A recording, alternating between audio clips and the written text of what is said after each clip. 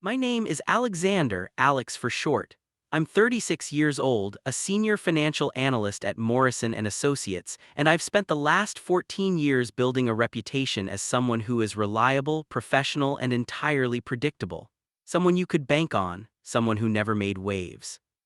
I was checking my reflection, making sure my tie was perfectly symmetrical, my hair was in place, my expression was appropriately confident but not cocky when I heard it. A sound that didn't belong in an empty executive washroom at 2:47 in the afternoon on a Tuesday. A muffled sob. The fluorescent lights in the executive washroom hummed with that particular frequency that made my teeth ache. I just finished washing my hands after the quarterly earnings presentation, a presentation that had gone flawlessly if I do say so myself. Numbers aligned, projections were solid, and I'd managed to impress everyone in that conference room, which was the whole point of everything I did. I froze, my hands still raised to my tie. Every instinct told me to leave, to pretend I hadn't heard anything, to walk back out into the hallway and continue with my perfectly scheduled day. Emotional displays made me uncomfortable. They were messy and unpredictable, and I didn't do messy. But something, call it curiosity, call it concern, call it some dormant part of me that hadn't been completely calcified by years of performance, made me hesitate. "Hello," I called out, "is someone here?" The sound stopped abruptly. There was a moment of heavy silence, and then the stall door at the far end of the washroom swung open. The man who emerged was tall, with dark hair and the kind of face that probably looked beautiful when it wasn't streaked with tears. He was wearing a three-piece suit that likely cost more than my monthly car payment, and his eyes were the most striking shade of gray I'd ever seen, currently made even more striking by the fact that they were glistening with unshed tears. His name tag read, David Chen, Senior Architect. We'd crossed paths before. We were both members of the executive team, though we moved in different circles. I was in finance, he was in design. We didn't typically interact beyond the occasional nod in hallways or simultaneous reach for coffee at the office cafe. "I'm sorry," he said immediately, turning toward the sink. His voice was rough, his movements jerky. "I didn't know anyone was in here. I needed a moment. I should have left." That would have been the kind, graceful thing to do, to pretend I hadn't seen him, to allow him whatever privacy this moment required. Instead, I found myself closing the washroom door. The click of the lock was loud in the sudden silence. "You don't have to do that," David said, not looking at me. "I'm fine, just had something in my eye, dust probably. The air conditioning in this building is terrible." I knew it wasn't dust. I'd been lying to myself and other people long enough to recognize a lie when I heard one. But I was also perceptive enough to understand that David was offering me an out, a way to proceed that didn't require either of us to acknowledge what was really happening. "I could take that out. I should take that out."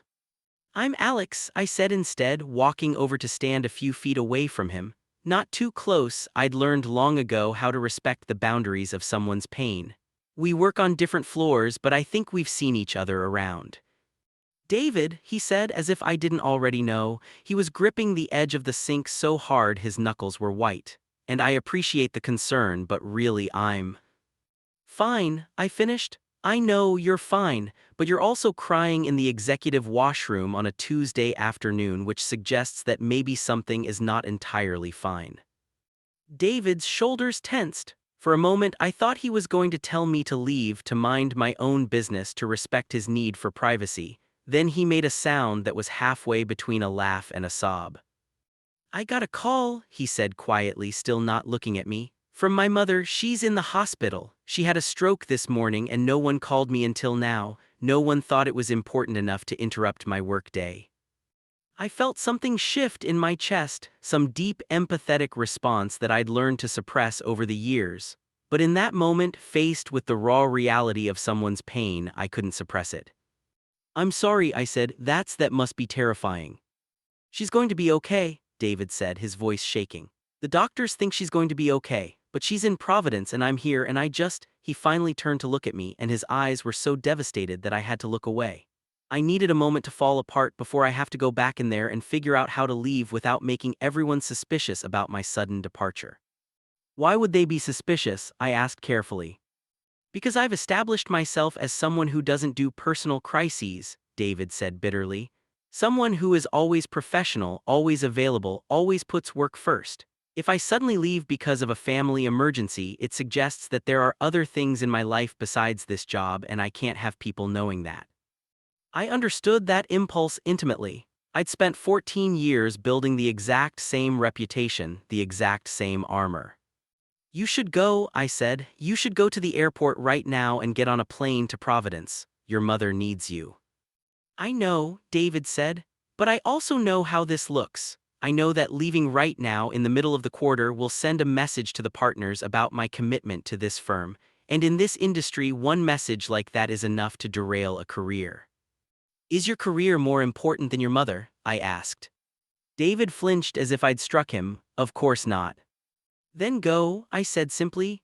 I'll handle your exit. I'll tell Richard that you had a family emergency. I'll make sure your departure doesn't become office gossip. I've got enough political capital in this place that I can smooth this over for you. Why would you do that? David asked, and there was something almost suspicious in his tone, as if he couldn't quite believe that someone would offer help without expecting something in return. I asked myself the same question. Why was I doing this? I didn't know David, we'd never had a real conversation, I had no obligation to help him. But I was beginning to understand in that moment that I was tired. I was tired of performing, tired of maintaining distance, tired of treating every human interaction as a strategic calculation. And watching David struggle with the same instinct, to hide, to pretend, to prioritize reputation over authenticity, I realized that I couldn't bear to watch him make the same mistakes I'd been making. Because we're more than just our jobs, I said quietly. And I think you know that, even if you've convinced yourself otherwise. David stared at me for a long moment, then his eyes filled with tears again, and this time he didn't try to stop them from falling. Thank you, he whispered. Part 2, the cracks begin to show. I did exactly what I'd promised. I went back into the conference room, pulled Richard aside, and told him that David had a family emergency. Richard, being the decent human being he generally was, immediately released David from his obligations for the rest of the week and told him to focus on his family. David sent me a message that evening, "Thank you for everything, I won't forget this." I didn't respond immediately, I wasn't sure how to respond.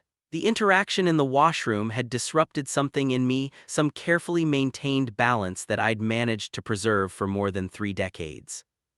I went home to my apartment in the Upper East Side, a place that was meticulously decorated and entirely soulless. Everything matched. Nothing was out of place. It was exactly the kind of space that someone like me should live in, someone who valued control and order and the appearance of having everything figured out. But standing in my living room that evening, with the city glittering outside my floor-to-ceiling windows, I felt profoundly aching alone. My phone buzzed, a message from my fiancée, Catherine, running late at the office, probably won't make dinner, can you eat without me? Catherine and I had been engaged for 2 years, we'd been dating for 6 years before that. She was a lawyer, smart and accomplished, and we looked perfect together in photographs. We attended the same social events, belonged to the same country clubs, and had the kind of relationship that everyone agreed was sensible. The problem was that I didn't love her. I'd never loved her. And I was increasingly certain that she didn't love me either, that we were both performing in an elaborate play that everyone around us had agreed to watch without questioning. I looked at my reflection in the dark television screen and barely recognized the man looking back at me.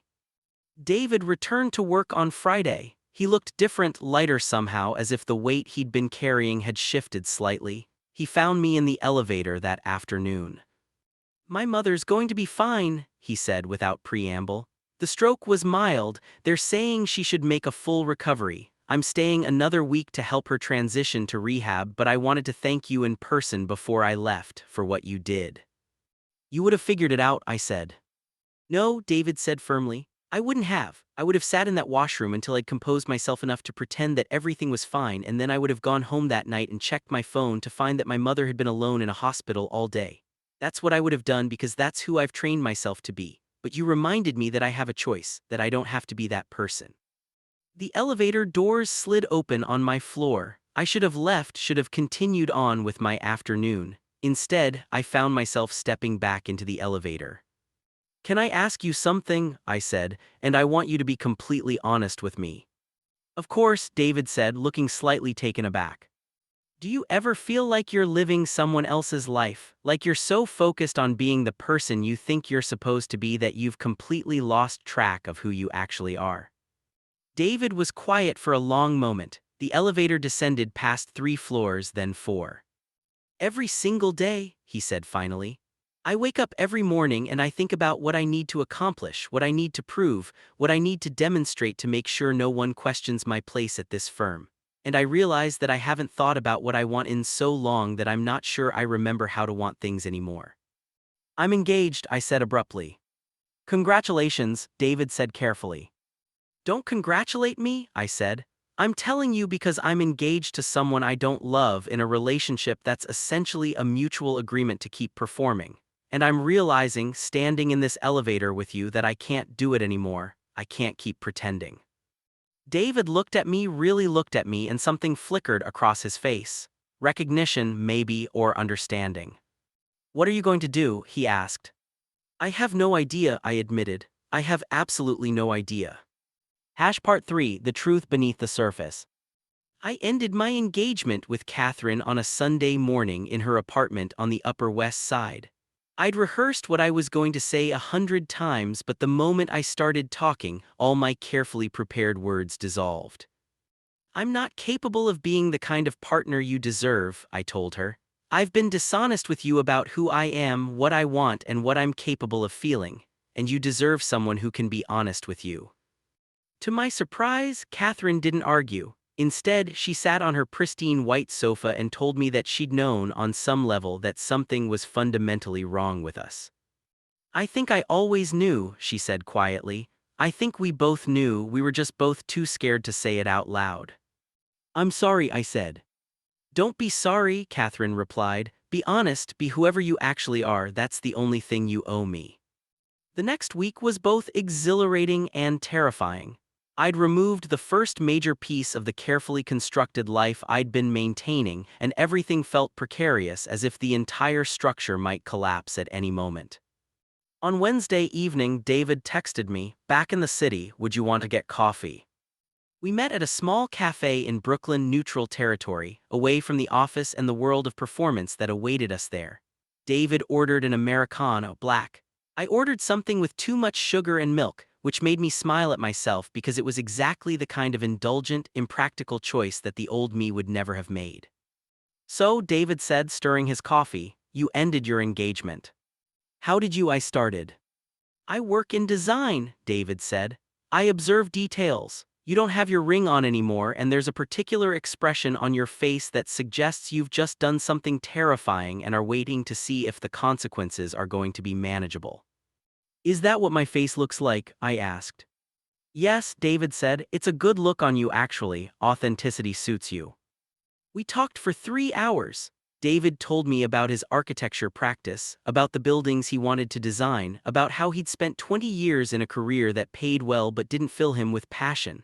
I told him about my life in finance, about the way I'd chosen the safest possible path at every turn. About how I'd become so good at performance that I'd forgotten what authenticity felt like. What do you actually want? David asked me as the sun was setting outside the cafe window, turning the street golden. I have no idea, I said honestly. For so long I've only wanted what I was supposed to want. Stability, success, the appearance of having everything figured out. But now that I'm not sure what I'm supposed to want, I'm realizing that I don't know how to want things anymore. Then maybe we can figure it out together, David said. The way he said it, carefully, gently, as if he was offering me something precious and wasn't entirely sure if I would accept, made me understand that he was saying something more than just, let's be friends. Are you asking me out? I asked. Is that okay? David replied. I should have asked first, I know, but I've been thinking about you since that day in the washroom, and I think there might be something there, something real, but I also understand if. It's more than okay, I interrupted. I've been thinking about you too, I just have absolutely no experience with this, with being honest about wanting someone. Then we'll figure it out together, David said again. No performance, no pretending, just 2 people trying to figure out who they actually are. Part 4, Learning to be Real. Dating David was nothing like I'd anticipated. There was no strategic maneuvering, no careful calculation of what to reveal and when. There was just honesty, constant, sometimes brutal honesty. We went to museums and talked about what we actually liked, not what we were supposed to like. We tried new restaurants and admitted when the food wasn't good. We walked through the city at night and talked about our fears, the fear that we'd wasted our 30s performing instead of living, the fear that we wouldn't know how to be authentic even if we tried, the fear that the real versions of ourselves were fundamentally unlovable. My family doesn't know I'm gay, David told me one night as we lay in bed in his apartment in Brooklyn. It was small and warm, filled with sketches and half-finished designs and evidence of a life actually being lived. My parents know I'm single, but they think I'm just focused on my career. They have no idea that I've been terrified my entire life that if they found out they would stop loving me. Have you thought about telling them? I asked. I've been thinking about it constantly since I met you, David admitted. I've been thinking about how much energy it takes to maintain that lie and whether it's actually protecting them or just protecting me from the possibility of their rejection. Would they reject you? I asked carefully. I don't know, David said. That's the most terrifying part. I don't know, and so I've decided to never find out, which is, I'm beginning to realize, its own kind of torture. I understood that torture intimately. I'd been inflicting it on myself for 36 years. We decided together to tell our families. It was both the most terrifying and most necessary decision we could have made. Part 5: The Reckoning. I told my parents on a Sunday afternoon in the living room of the house where I'd grown up. My mother was knitting something blue, a sweater, I think, though I wasn't entirely sure. My father was reading the newspaper, or at least pretending to read it. The scene was exactly as it had been 1,000 times before, safe, familiar, utterly predictable. I'm gay, I said, and the words hung in the air like a physical thing. I'm gay, and I've known I was gay for a very long time, and I've been pretending not to be because I was afraid of what that would mean. I ended my engagement with Catherine because I realized I couldn't keep lying. And I've met someone, a man named David, and he makes me feel more seen and understood than I've ever felt in my life, and I wanted you to know that. The silence that followed was deafening. My mother set down her knitting. My father folded his newspaper. I'm sorry I lied, I continued, filling the silence because the silence was becoming unbearable. I'm sorry I wasn't brave enough to tell you the truth earlier, but I'm telling you now. Are you happy? My mother asked suddenly. What? I said, thrown by the question. Are you happy with David? Yes, I said, more happy than I've ever been. Then we're happy for you, my mother said simply. She looked at my father and something passed between them, some wordless communication that they'd perfected over 40 years of marriage. He nodded. We're happy for you, my father repeated, though I admit this is surprising. I know, I said, and I'm sorry for the surprise. Don't apologize, my mother said firmly, just tell us about him, tell us about David. By the time I left my parents' house that evening, I felt lighter than I had in years. They weren't perfect about it. My father asked some awkward questions, and my mother suggested a few times that maybe I should try dating women again to make sure, but they were trying. They were genuinely trying to understand and support me, which was all I could ask for. David's conversation with his parents was more complicated. His mother, when he told her, cried, but she cried because she said she was sorry that she'd made him feel like he couldn't tell her the truth earlier. His father was quiet for a long time, and then he asked to meet me. The three of us had dinner at a restaurant in Manhattan, neutral territory, but also a place that was nice enough that David's father, who was a serious man with a stern expression, would feel respected. He asked me direct questions. What were my intentions? How long had I known I was gay? Did I understand that this would complicate David's career? Did I understand the responsibilities that came with being in a relationship with his son? I answered all of them honestly. I wasn't trying to impress him or convince him of anything. I was just being real. By the end of dinner, David's father was telling stories about David as a child, about the way David had always seen the world differently, about the way he'd always been more sensitive than the other kids, more observant. His mother was holding David's hand under the table, and there was a lightness in all of them that suggested something had shifted.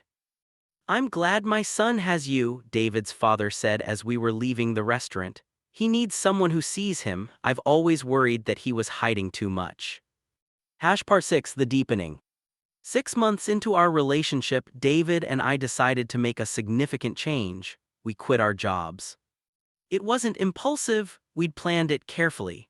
But we also recognized that continuing to work in the corporate world meant continuing to perform, continuing to hide pieces of ourselves, continuing to prioritize security over authenticity. David left Morrison and Associates to start his own architecture firm focused on sustainable, community-centered design. I left finance to pursue something I'd been passionate about since college, writing. I'd abandoned it 20 years ago in favor of more practical pursuits, but now I decided that practical had never gotten me anywhere close to happy.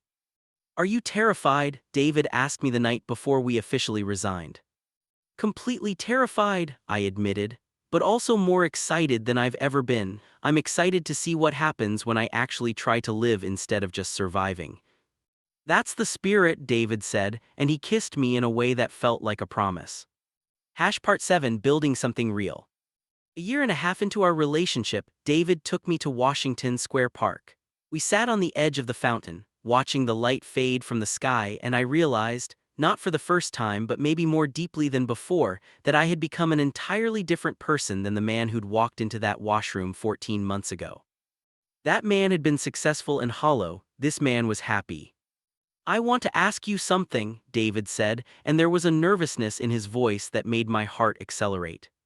He pulled a small box from his jacket pocket. "I'm not going to do the whole traditional thing where I get down on one knee because that's not us. That's not how we do things. But I want to ask you, will you marry me? Will you keep building this life with me? The real life, the authentic life, the life where we're not performing for anyone but just being exactly who we are." I said yes before he even finished the sentence. The ring was simple and elegant, a band of white gold with a small sapphire because David had said it reminded him of my eyes, and I'd laughed because my eyes were brown and he'd said yes, but there was something in them like the depth of a sapphire, like there were layers and layers of richness beneath the surface. Part 8, The Wedding. We got married on a rooftop in Brooklyn with a view of the Manhattan skyline glittering in the distance. It was a small ceremony, about 40 people, all of whom were important to us, all of whom knew the real versions of ourselves. No performance, no pretending. My parents cried, David's parents cried. My mother made a speech about how proud she was of me for having the courage to be honest, and my father made a terrible joke that made everyone groan, but there was love underneath it. David's best friend, who was also gay and had been out since college, gave a toast about how brave it was to come out later in life, and how the courage it took to change your entire life in pursuit of authenticity was something to be celebrated. But the moment I remember most clearly was when David and I were exchanging vows. I looked into his eyes, those gray eyes that had been red from tears when I first met him, and I said, "I promise to always see you. I promise to never hide from you. I promise to keep being brave even when it's scary, because the alternative is a life of performance and I've already lived that life and I never want to go back. Thank you for showing me that it's possible to be real. Thank you for being real with me." And David cried and I cried and everyone in the audience cried, and it was perfect precisely because it was messy and emotional and completely authentic. Part 9, The New Life. 2 years after we met in that washroom, David and I bought a house. It was in Brooklyn, a beautiful brownstone with exposed brick and large windows that let in plenty of light. It was a work in progress, like we were not finished, still figuring things out, still learning how to be ourselves. David's architecture firm had taken off. He was designing buildings that made people feel something, that brought communities together, that proved that business and beauty and social responsibility didn't have to be mutually exclusive. My writing had found an audience too. I'd written essays about the experience of coming out later in life, about the cost of performance, about the liberation of authenticity. People read them and sent me messages saying they'd recognized themselves in my words, that they'd been inspired to have conversations they'd been avoiding, to make changes they'd been afraid to make. One evening, I was working in the small office we'd set up in the house when David came in with wine and the particular expression that meant he had something important to say. "I want to tell you something," he said, sitting on the edge of my desk, "something that I've been thinking about for a while." "Okay," I said, immediately bracing myself for bad news because that was still my instinct, to assume the worst to prepare for disaster. "I'm glad I had a stroke in my family," David said. "I know that's a terrible thing to say. I'm glad my mother is okay, but I'm glad I had that crisis because it made me reach out to you and you helped me understand that I was allowed to prioritize my own life and my own truth, and that led to everything else. Even the terrifying parts, I asked. Especially the terrifying parts, David said, because the terrifying parts meant that I was actually alive. I was actually doing something that mattered instead of just going through the motions. I pulled him down so that we were close, and I kissed him in a way that felt like gratitude and love and the kind of peace that comes from knowing that you're exactly where you're supposed to be, with exactly the person you're supposed to be with. Hash part 10, the epilogue. 5 years after that day in the washroom, David and I renewed our vows. Not because we needed to, our commitment had only deepened over those years, but because we wanted to. We wanted to mark the occasion of having survived the initial terror of change and come out the other side not just intact but thriving. We did it in the garden of our brownstone on a summer evening when the light was golden and the air was warm. The same people who'd attended our wedding were there, plus some new people who'd entered our lives in the intervening years. Friends that David had made through his architecture firm, people that I'd met through my writing, colleagues and collaborators, and people who simply believed in us and wanted to celebrate with us. My mother stood and told everyone about the day I came out and how she'd known in that moment that her son had found himself. David's father, who had become one of my favorite people, told everyone about the first time he'd met me and how he could tell that David was loved. And when it came time for David and me to exchange renewed vows, I looked at him across the garden with the Brooklyn brownstones in the background and the lights of Manhattan glittering in the distance, and I thought about the man I'd been 5 years ago. That man had been hollow and careful and afraid. That man had built his entire life on the foundation of performance. I promise to keep choosing truth, I said. Even when it's hard, even when it's scary, even when I want to retreat back into the safety of performance. I promise to keep choosing you and to keep choosing myself and to help you do the same. I promise to build a life with you that is real and messy and authentically ours. I promise the same, David said, his voice thick with emotion. I promise to never let either of us forget what it felt like to be hiding so that we never take this for granted. I promise to see you every day for the rest of my life, and I promise to be seen by you. We kissed as the sun descended and everyone cheered, and in that moment I understood something that I should have understood a long time ago, that the greatest luxury in life is not security or success or the appearance of having everything figured out. The greatest luxury is being known, being seen, being loved for exactly who you are without reservation or performance or apology. I had spent 36 years running from that, and then I found it in a man who was crying in a washroom, and it was the best decision I'd ever made. 5 years after that day in the washroom, David and I renewed our vows. Not because we needed to, our commitment had only deepened over those years, but because we wanted to. We wanted to mark the occasion of having survived the initial terror of change and come out the other side not just intact but thriving. We did it in the garden of our brownstone on a summer evening when the light was golden and the air was warm. The same people who'd attended our wedding were there, plus some new people who'd entered our lives in the intervening years. Friends that David had made through his architecture firm, people that I'd met through my writing, colleagues and collaborators, and people who simply believed in us and wanted to celebrate with us. My mother stood and told everyone about the day I came out and how she'd known in that moment that her son had found himself. David's father, who had become one of my favorite people, told everyone about the first time he'd met me and how he could tell that David was loved. And when it came time for David and me to exchange renewed vows, I looked at him across the garden with the Brooklyn brownstones in the background and the lights of Manhattan glittering in the distance, and I thought about the man I'd been 5 years ago. That man had been hollow and careful and afraid. That man had built his entire life on the foundation of performance. I promise to keep choosing truth, I said. Even when it's hard, even when it's scary, even when I want to retreat back into the safety of performance. I promise to keep choosing you and to keep choosing myself and to help you do the same. I promise to build a life with you that is real and messy and authentically ours. I promise the same, David said, his voice thick with emotion. I promise to never let either of us forget what it felt like to be hiding so that we never take this for granted. I promise to see you every day for the rest of my life, and I promise to be seen by you. We kissed as the sun descended and everyone cheered, and in that moment I understood something that I should have understood a long time ago, that the greatest luxury in life is not security or success or the appearance of having everything figured out. The greatest luxury is being known, being seen, being loved for exactly who you are without reservation or performance or apology. I had spent 36 years running from that, and then I found it in a man who was crying in a washroom, and it was the best decision I'd ever made. Epilogue 3 years later. On a Tuesday morning, just like the Tuesday morning when we'd met, I was sitting in my home office working on a new essay when David came in with coffee and the news that his new building had won an International Architecture Award. "I'm so proud of you," I said, kissing him. "This is incredible." "We did it together," David said. "Not the building, obviously, that was me, but this life we built. We did that together. We went from hiding to living, from performing to being. That's the real achievement." Later that evening, we walked through the neighborhood where we'd bought our home, and I thought about how far we'd come. We passed the cafe where we'd had our first real conversation. We walked by the park where we'd gotten engaged. We returned to our brownstone, our home, the place where we'd built a life that was entirely ours. "Do you ever miss it?" David asked as we were settling into bed. "The old life, the performance?" "Never," I said immediately. "Do you?"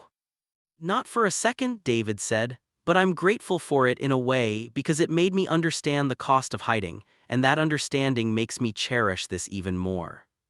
I fell asleep with my head on his chest, listening to his heartbeat, grateful for that day in the washroom when a closed door meant that two broken men could finally be honest with each other. That closed door, that single moment of vulnerability, had led to everything: the love, the authenticity, the life worth living. And I knew with absolute certainty that I would never take it for granted. The distance between us. Part 1 then. Chapter 1 First Encounter.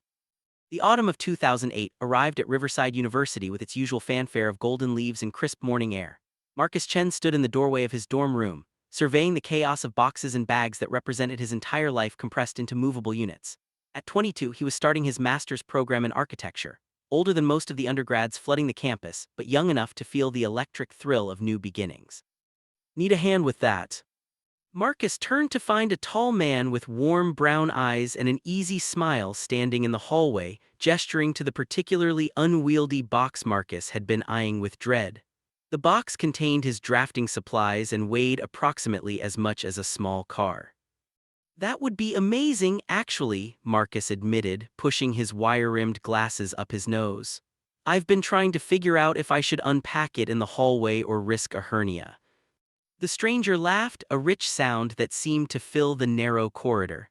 "I'm James Porter. I'm down the hall in 304. "Marcus Chen, 308, obviously," he gestured at his open door. Together, they maneuvered the box into Marcus's room, setting it down with synchronized groans of relief. James straightened, and Marcus noticed he was wearing a faded Northwestern hoodie and jeans that had seen better days. There was something immediately comfortable about him, like a well-worn book you could pick up again and again.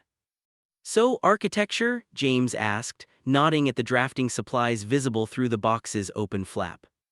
"That obvious, huh?" Marcus smiled. "What about you?" "English literature, PhD program."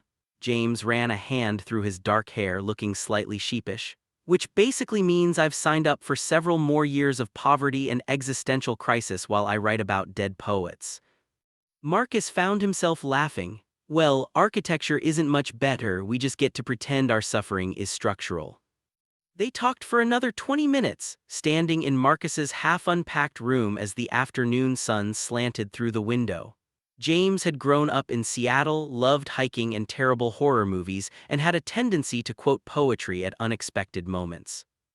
Marcus learned that James had a younger sister who was starting her own undergrad that fall, that he'd taken 2 years off between his BA and PhD to work at a bookstore and figure things out, and that he made truly terrible puns without any apparent shame. By the time James left to finish his own unpacking, Marcus felt something he hadn't expected to feel on his first day: a spark of genuine connection. He told himself it was just the relief of meeting a friendly face in a new place. He told himself it didn't matter that James had the kind of smile that made his chest feel tight. He told himself a lot of things that autumn. Chapter 2 Growing Closer. The architecture of friendship, Marcus would later reflect, was built on a foundation of small moments, shared meals in the dining hall where they complained about their respective departments, late nights in the library where they'd set up camp at adjacent tables, working in comfortable silence broken by occasional whispered conversations, weekend coffee runs that turned into hours-long discussions about everything from urban planning to the meaning of home to their families. Marcus learned that James's parents had divorced when he was 12, that his mother had remarried a kind man named Robert who James considered a second father, that his relationship with his biological father was complicated in ways James didn't quite want to articulate. James learned that Marcus was an only child of immigrant parents who'd sacrificed everything to give him opportunities, that the pressure to succeed sometimes felt like a weight on his chest, that architecture was both his passion and his burden. "Do you ever feel like you're living someone else's dream?" Marcus asked one October evening as they sat on the roof of the Humanities building, a six-pack of cheap beer between them and the campus spread out below like a glittering circuit board. James considered this, his profile illuminated by the distant streetlights.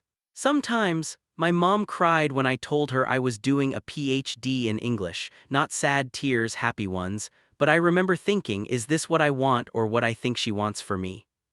And both maybe. Does it matter? If the dream makes you happy, does it matter whose dream it started as?"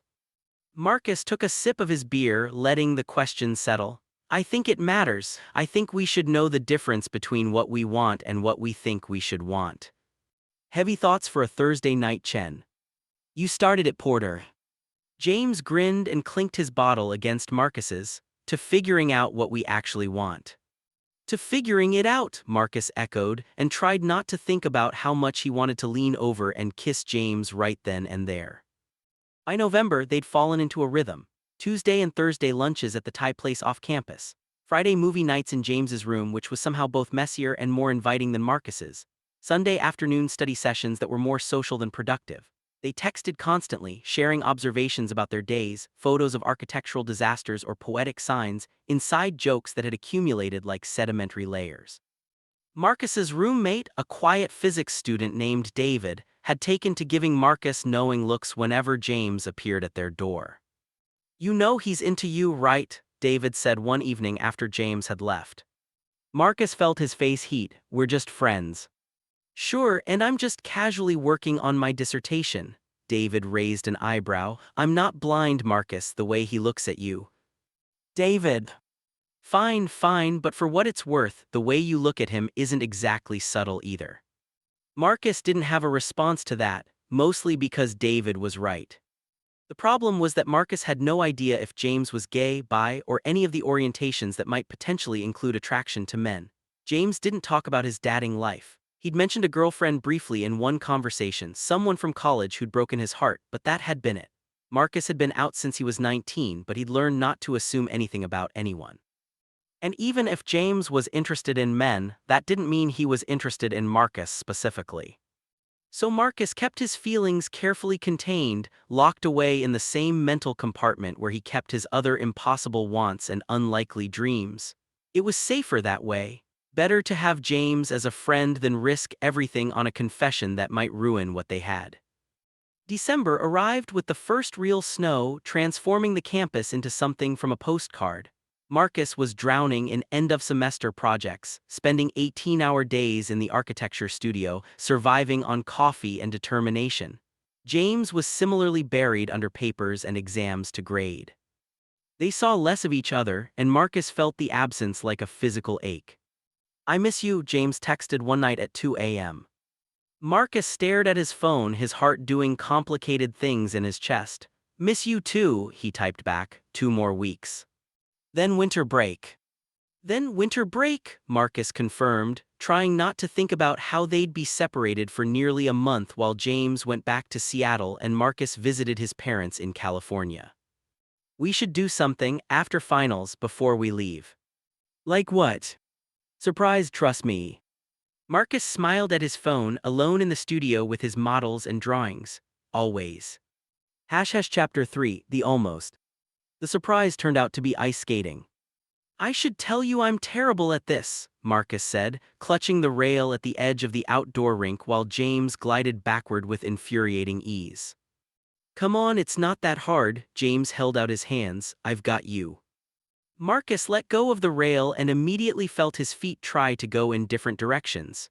James caught him, laughing, his hands warm even through Marcus's gloves. Okay, maybe it's a little hard, James admitted, but that's what makes it fun.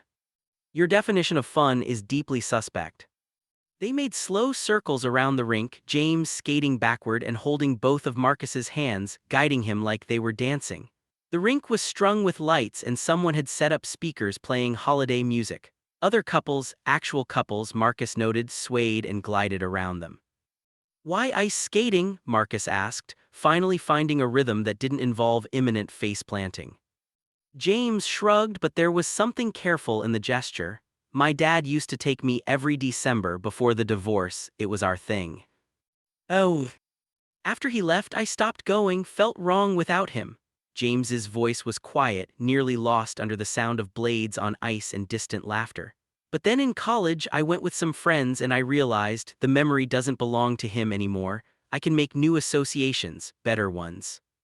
Marcus squeezed James's hands. Thank you for sharing this with me. Thank you for being terrible at skating, it makes me feel talented. Anything for your ego, Porter. They skated until Marcus's ankles ached and his cheeks burned from the cold. Then they went to a 24-hour diner and ordered pancakes at 11 p.m., sitting in a booth with cracked vinyl seats and talking about their plans for break.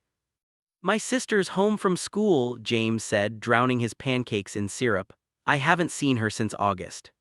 I'm worried about her, honestly, her texts have been off. Off how? Just shorter, less enthusiastic. She's usually so energetic, but lately she seems exhausted. First semester is tough, Marcus offered. I barely survived mine. Maybe James didn't look convinced. What about you, excited to see your parents? Marcus made a non-committal sound. They're going to spend the entire time asking when I'm going to start making real money and find a nice girl to settle down with. He'd said it casually, but he watched James's reaction carefully. This was as close as he'd come to coming out explicitly, though he'd dropped hints before. James met his eyes across the table. Have you told them you're not interested in finding a nice girl? Marcus's heart was suddenly very loud. Not in so many words, they're traditional, I don't think they'd understand.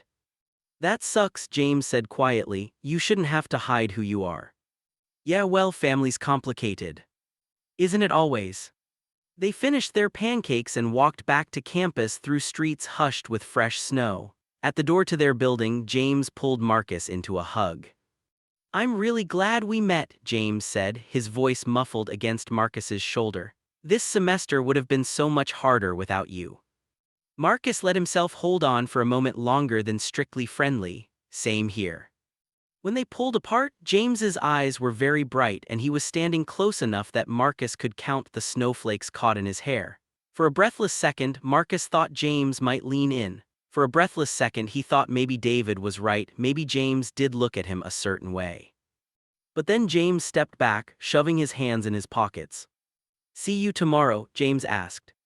Yeah, Marcus managed, see you tomorrow.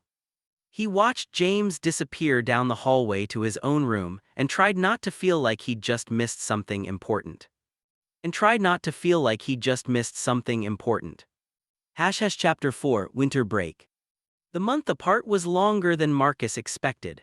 His parents were loving but exhausting, asking the anticipated questions about his future while feeding him enough food for 3 people. His mother kept mentioning her friend's daughters, single and accomplished and just perfect for you, Marcus. He spent a lot of time in his childhood bedroom, texting James.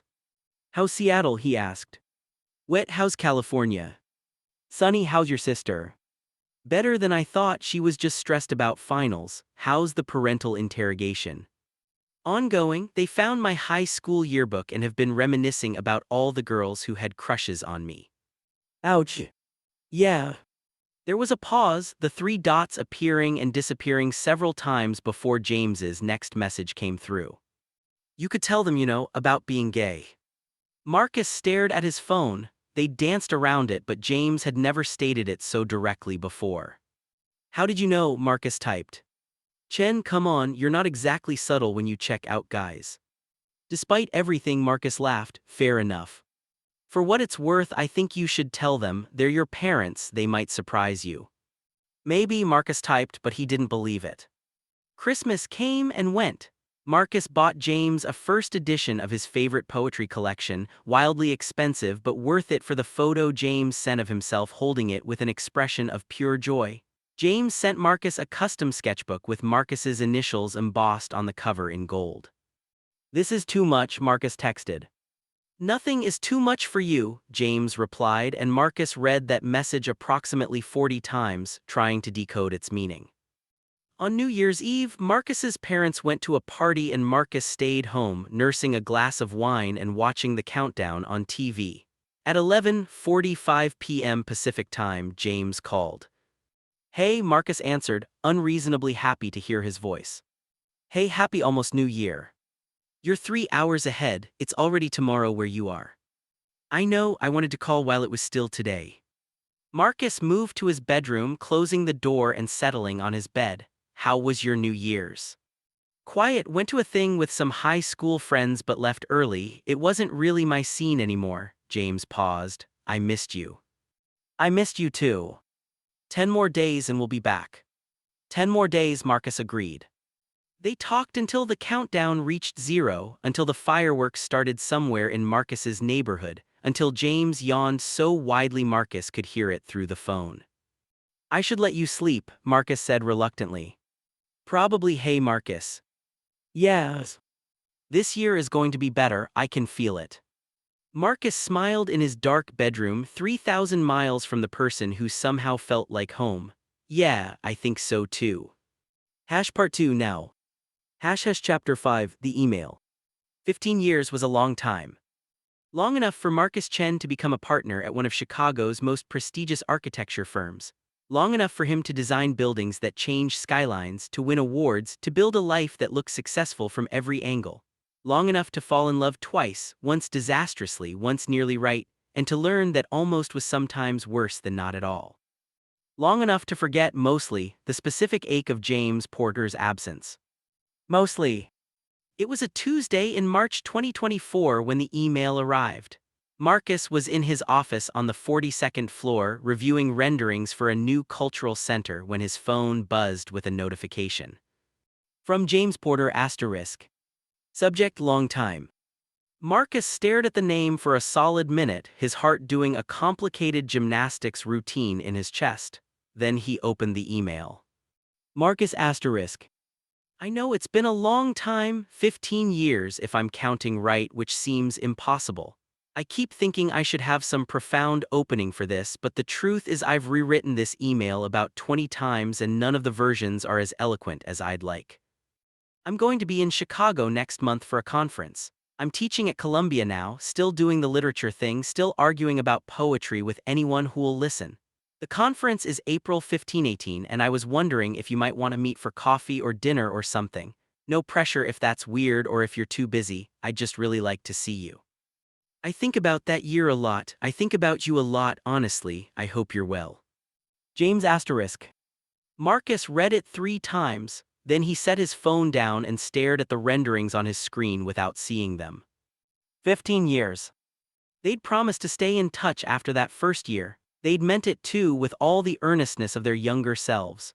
But Marcus had stayed at Riverside for his PhD while James had transferred to Columbia for his own doctorate. Different cities, different lives, different trajectories. The texts had grown less frequent, the calls more sporadic. Eventually, they drifted into that peculiar modern limbo of social media connections, still friends on Facebook, still following each other on Instagram, but not really present in each other's lives. Marcus had watched from a distance as James graduated, started teaching, moved to New York. He'd seen photos of James at conferences, at readings, at what looked like parties with groups of attractive academics. He'd wondered sometimes if James was with anyone, but he'd never asked. It seemed like crossing a line. And then about 5 years ago, Marcus had deleted most of his social media. A bad breakup, a desire for privacy, a need to focus on work. He'd lost track of James entirely after that. Mr. Chen. Marcus looked up to find his assistant, Priya, standing in the doorway with a concerned expression. Sorry to interrupt, but you have the budget meeting in 5 minutes.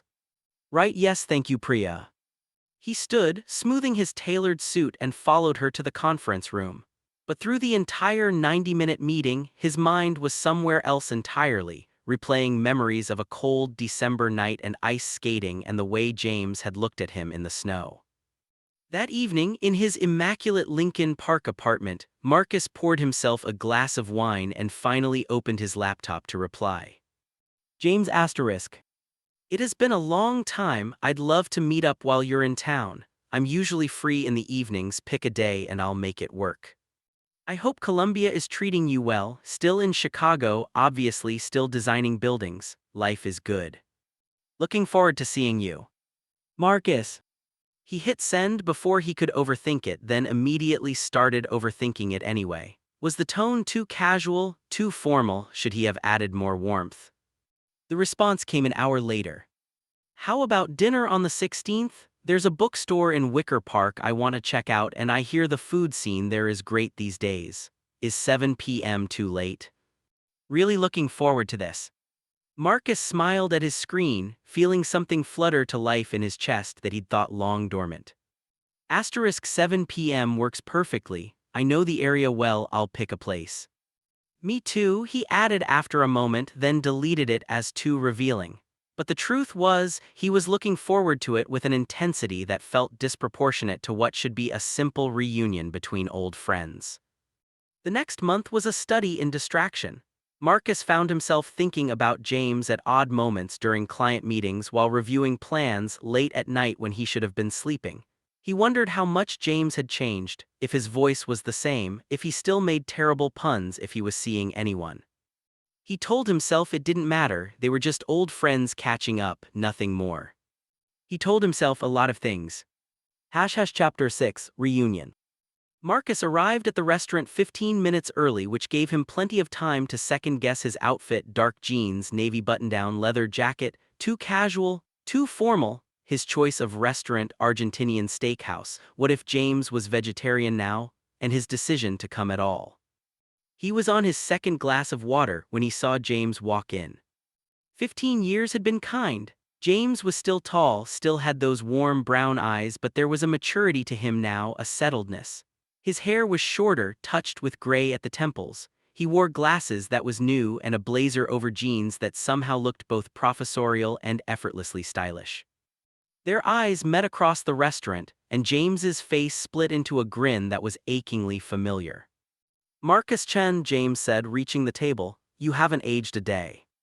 Liar, Marcus said, standing to accept James's offered hug, but I appreciate it.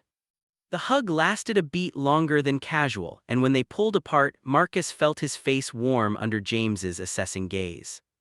You look good, James said, and there was something in his voice that made Marcus's pulse quicken. Really good. So do you. They sat, and for a moment there was an awkward pause, 15 years of life to catch up on, and neither knew quite where to start. So they both said simultaneously, then laughed. You first, Marcus offered. James leaned back in his chair, looking more relaxed than Marcus felt. Okay. Condensed version: finished the PhD at Columbia, spent a few years as an adjunct at various schools, got lucky with a tenure-track position at Columbia 5 years ago. I teach 19th-century American literature, publish papers that approximately 12 people read, and occasionally write book reviews for the New York Times Book Review. That's not exactly occasionally, Marcus said. I've seen your byline, you're kind of a big deal in literary circles. James looked pleased and embarrassed. You've been keeping track. Sometimes, Marcus cleared his throat, your turn to interrogate me. Interrogate, very lawyer-y word for an architect. James's eyes crinkled with amusement. Okay, I know some of it from what I've seen online. You stayed at Riverside for the PhD, worked at a few firms, made partner at Harrison and Park 3 years ago. You designed that museum in Milwaukee that won all those awards, and that residential tower in the West Loop, the one that looks like it's made of light. The Prism, that was a fun project. Marcus was absurdly pleased that James knew his work. What else do you want to know? Everything, James said simply, but let's start with the important stuff. Are you happy? The question was so direct, so quintessentially James, that Marcus found himself answering honestly. Most days, work is fulfilling, I have good friends, I like my life. But nothing, I'm happy. James tilted his head, studying Marcus in a way that made him feel simultaneously seen and exposed. You always were a terrible liar. I'm not lying, I'm happy. Okay, James said, but his tone suggested he didn't quite believe it. What about relationships, anyone special? Marcus took a long sip of water. Not currently, there was someone about 2 years ago didn't work out. Sorry. It's fine, we wanted different things. Marcus paused, then took the plunge. What about you? Single as well, there was a serious relationship that ended about 3 years ago. His name was Daniel. He wanted me to move to San Francisco for his job and I couldn't leave Colombia. So, James shrugged. We tried long distance for a while, but it wasn't sustainable. Daniel, so James was out now, definitely dating men, and Marcus didn't have to wonder anymore. That must have been hard, Marcus said carefully. It was, but honestly I think I knew it wasn't quite right even before the job thing. We cared about each other but we weren't in love, not really. James looked at Marcus steadily. Have you ever been in love, real, inconvenient, life-changing love? Marcus thought about Alex, his ex from 2 years ago, sweet, stable Alex who'd wanted marriage and suburbs and a future Marcus couldn't quite envision. I thought so once, but I think real love shouldn't feel like settling. Agreed, James leaned forward, his expression intense. So here's what I can't stop thinking about, why did we lose touch? The question hung between them, weighted with 15 years of silence. Life, I guess, Marcus said, distance, different paths. That's the polite answer, what's the real one? Marcus met James's eyes, seeing in them an echo of that snowy December night, that almost kiss, that sliding door moment when everything could have been different. I don't know, he said quietly, maybe because it was easier than the alternative. Which was? Staying close and wanting something we couldn't have. The words were out before Marcus could stop them, hovering in the air between them like a confession. James went very still. Marcus. We should order, Marcus said quickly, reaching for his menu like a shield. The skirt steak here is amazing. James let him change the subject, but Marcus could feel the weight of unfinished conversation pressing down on them through dinner. They talked about safer things, James's conference presentation on Emily Dickinson, Marcus's upcoming project in Minneapolis, their mutual surprise at being in their late 30s, the surreal experience of having colleagues who were born after they'd met. I have students who don't remember 9/11, James said, shaking his head. It makes me feel ancient. I hired an intern last year who'd never heard of Blockbuster. Ouch. They split a bottle of wine, and with each glass Marcus felt himself relaxing into the familiar rhythm of their old friendship. James still told terrible puns. Marcus still laughed at them despite himself. They still had that easy back and forth, that sense of being understood without having to explain everything. It felt like coming home. I missed this, James said as they waited for the check. I missed you. I missed you too, Marcus admitted, more than I realized. So let's not do that again, the losing touch thing. Okay. I'm serious, Marcus. I know we're busy and we live in different cities, but I want you in my life. I want to know what you're working on and what's making you happy and all the small stuff too. Marcus felt something warm unfold in his chest. I'd like that. Outside the restaurant, the April evening was cool but pleasant, the air smelling of rain and new growth. They walked slowly toward the main street, neither quite ready to say goodbye. I'm in town until Sunday, James said. Do you have time to see me again, maybe show me some of your favorite buildings? I'd love that Saturday. Perfect. They'd reached the corner where Marcus would catch his car and James would head back to his hotel. For a moment they stood there and Marcus was transported back 15 years to another street corner, another goodbye that had felt loaded with possibility. Thank you for tonight, James said softly. I wasn't sure if you'd want to see me. Why wouldn't I? I don't know, time, distance, the way we ended things. We didn't end anything, we just paused. Is that what we did? James stepped closer and in the streetlight his eyes were very dark. Because it felt like more than a pause, Marcus, it felt like running away. Marcus's heart was hammering. From what? You know from what? They stared at each other, the city moving around them, 15 years collapsing into nothing. James. I should go, James said, but he didn't move. early session tomorrow. Right, yeah. Saturday, text me. I will. James hesitated, then pulled Marcus into another hug, this one tighter, longer, his face pressed into Marcus's shoulder. I really did miss you, James murmured. Me too, Marcus whispered back, and when they finally pulled apart, he felt like he'd left something of himself in James's arms. He watched James walk away until he disappeared around a corner, then stood there for another few minutes, trying to organize the chaos of his feelings into something manageable. He failed entirely. Chapter 7, Architecture of Memory. Saturday arrived with perfect spring weather, sunny and 65, the kind of day that made Chicago feel like the greatest city on earth.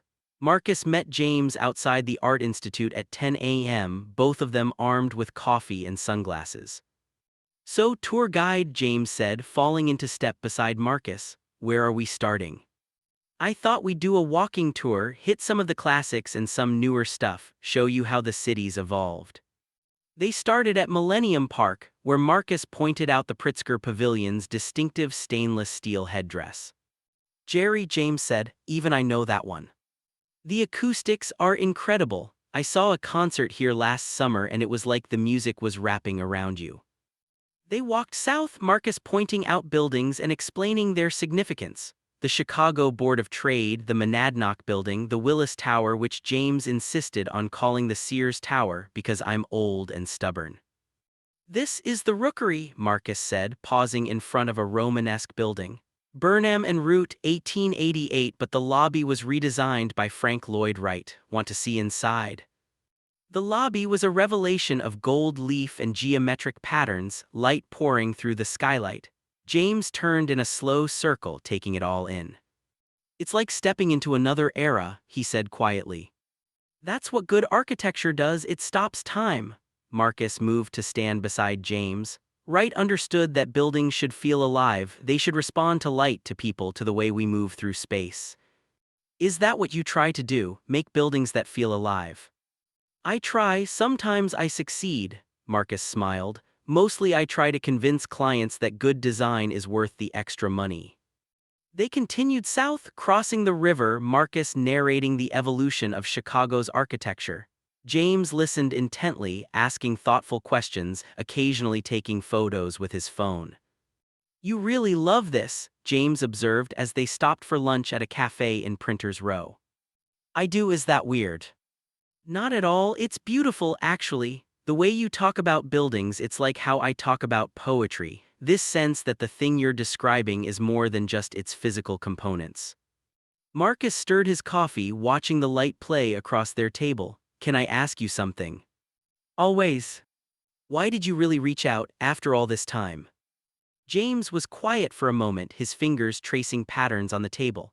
Honestly, I was going through some old stuff a few months ago, photos, journals, that kind of thing. I found pictures from grad school from that year we lived down the hall from each other, and I realized I was smiling at every single photo you were in. Marcus's chest felt tight. Oh.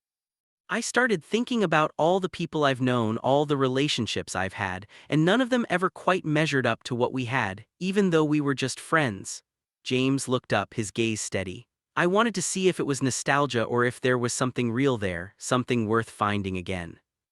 And after the other night. It's real, Marcus, whatever this is between us, it's real. They sat with that for a moment, the weight of it settling between them like a third presence at their small table. I don't know what to do with that, Marcus admitted. Me neither, James smiled ruefully, but I think we should figure it out together this time instead of running away. I didn't run away.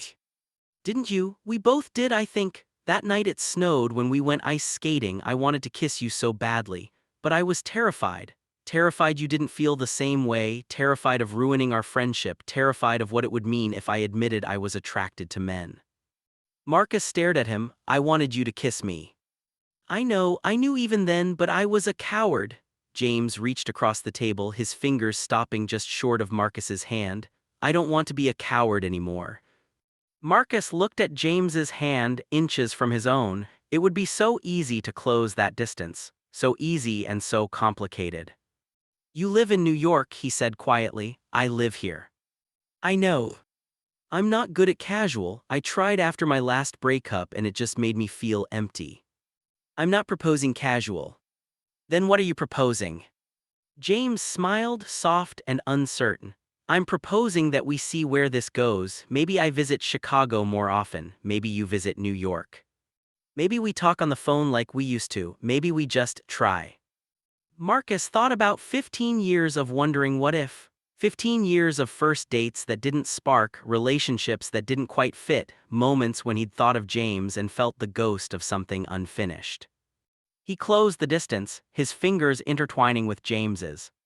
Okay, he said, let's try, thanks for watching.